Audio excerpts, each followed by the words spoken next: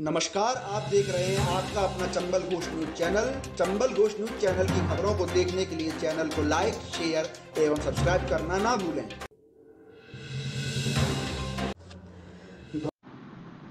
आज़ादी के 75वीं वर्षगांठ के उपलक्ष्य में भाजपा की केंद्र सरकार ने घर घर तिरंगा झंडा लगाने का आह्वान किया था, जिसके तहत पूरे देश भर में लोगों ने घरों, दुकानों और मकानों सहित जगह जगह तिरंगा झंडा लगाकर अमृत महोत्सव मनाया। तिरंगा झंडा लगाने के साथ साथ राष्ट्रध्वज के सम्मान में कई तरीके की सावधानियां बरतने के भी निर्देश दिए गए थे, लेकिन धौलपुर में भाजपा पदाधिकारियों ने राष्ट्रध्वज के सम्मान में सावधानियों को बोल करके पार्टी के ही झंडे को तवज्जो दे दी, जिसके चलते सोशल मीडिया में भाजपा के धौलपुर पदाधिकारियों की जमकर किरकिरी हो रही है। बता दें, राष्ट्र का सम्मान सबसे पहले है और राष्ट्रध्वज से बढ़कर कोई भी अन्य ध्वज नहीं है। पर धौलपुर में भाजपा के पदाधिकारियों ने राष्ट्रध्वज के अपमान में कोई कसर नहीं छोड़ी। भाजपा के नवनिर्मित कार्यालय में राष्ट्रीय ध्वज से भी ऊंचा पार्टी का झंडा लहराता रहा, लेकिन पार्टी के पदाधिकारियों ने एक बार भी राष्ट्र के सम्मान में पार्टी के झंडे को नीचे करना उचित नहीं समझा।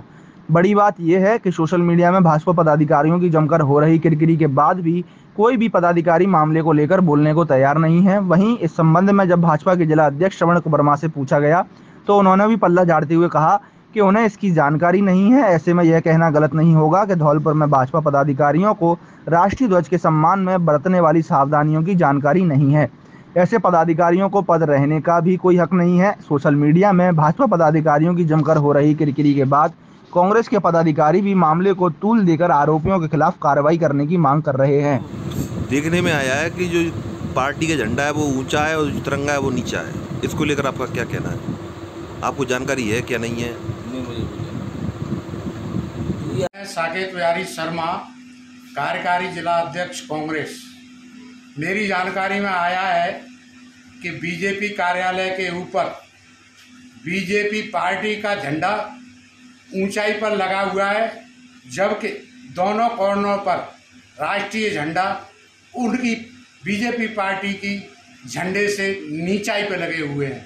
तो मैं पूछना चाहता हूं कि माननीय प्रधानमंत्री जी ने घर घर तिरंगा पहुंचाने की मुहिम चलाई। इस तिरंगे के ऊपर हमारे लाखों सैनिक शहीद होते हैं और देश को स्वतंत्रता की याद दिलाते रहते हैं। तो मैं पूछना चाहता हूं कि इस तरह राष्ट्रीय ध्वज का अपमान क्यों किया गया। और यही नहीं, हर घर के अंतर्गत भी राष्ट्रीय ध्वज का अपमान होना शुरू हो गया है। किसी ने आटे को ढक रखा है, कोई बच्चा खेल रहा है। ऐसी मुहिम का क्या फायदा कि जिसमें देश भर में इस हमारे राष्ट्रीय ध्वज का अपमान हो। मैं तो ये भी कहना चाहता हूं कि सुबह मैं इस राष्ट्रीय ध्वज के अपमान पर FIR निश्चित रूप से दर्ज कराऊंगा। जय हिंद, जय भारत।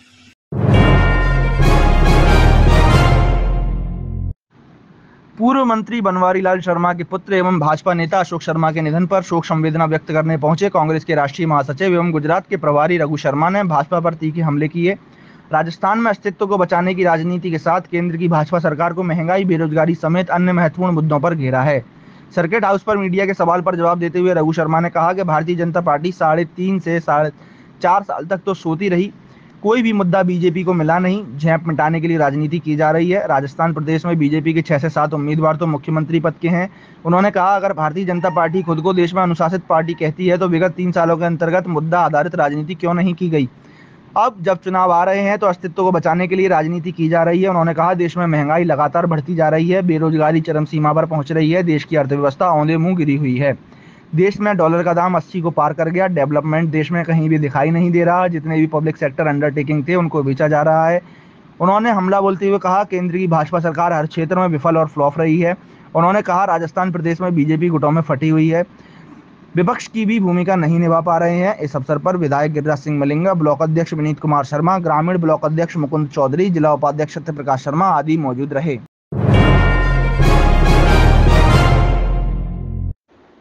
धौलपुर जिले में आज सुबह से हो रही रुक रुक कर मूसलाधार बारिश से शहर की ज्यादातर सड़कें और गली मोहल्ले एवं प्रमुख बाजार पानी पानी होकर तालाब में तब्दील हो गए, जिससे नगर परिषद के सिस्टम की भी पोल खुलकर सबके सामने आ गई। लोगों के घरों में पानी घुसने से भारी परेशानी हुई। उधर खरीफ फसल के लिए बारिश अमृत बनकर बरसी है। धौलपुर, बाड़ी, राजाखेड़ा समेत अन्य जगहों पर हुई बारिश खरीफ की फसल के लिए अमृत के बनकर बरसी है। मूसलाधार बारिश ने धौलपुर ही नहीं, बाड़ी और राजाखेड़ा कस्बे को पानी पानी कर दिया। धौलपुर शहर का जगन चौराहा, हरदेव नगर, कचहरी, तलैया, नगर परिषद रोड, संतर रोड, धूलकोट, हलवाई खाना समेत गली मोहल्लों में भारी जलभराव देखा गया। नाली एवं नाले अवरुद्ध होने की वजह से लोगों के घरों में पानी भर गया, जिसके कारण लोगों को पानी निकालने में कड़ी मशक्कत करनी पड़ी। नगर परिषद के इंतजाम नाकाफी दिखाई दिए। पानी की निकासी नहीं होने पर लोगों को भारी परेशानी उठानी पड़ी। वहीं रामसागर बांध पर चादर चलने से पार्वती नदी से निकलने वाली रपट एवं सड़क मार्गों पर चौकसी बढ़ा दी है। जिला प्रशासन ने हल्का पटवारी, गिरदावर सचिव एवं पुलिस बल तैनात करने के निर्देश दिए हैं। जिले के सैपऊ, नेहरा, मालौनी खुर्द, तसीमो, सखवारा की पार्वती नदी से निकलने वाले मार्गों पर विशेष निगरानी के निर्देश दिए गए हैं।